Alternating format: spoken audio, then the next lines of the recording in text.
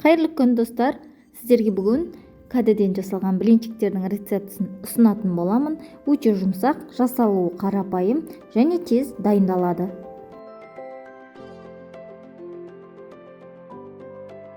Ол үшін бізге 3 дана кәді және 1 дана сәбіз керек.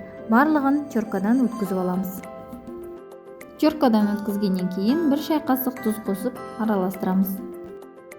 Кәдінің осындай суы шығады, бұл суы бізге қажет емес, төгіп тастаймыз. 3 жұмыртқа қосып, жақсылап араластырамыз. 1 стакан ұн қосып араластырамыз.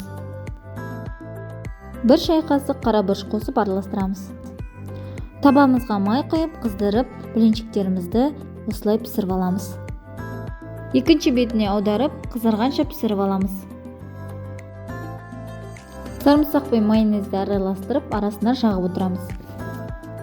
Дайын блинчиктерімізді алып, арасына майонезді жағып, қызанақты төсейміз.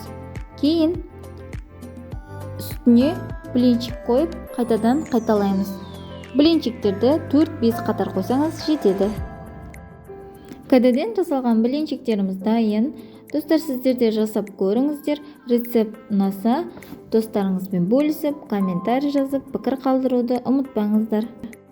Сіздермен бірге болған Сәуле.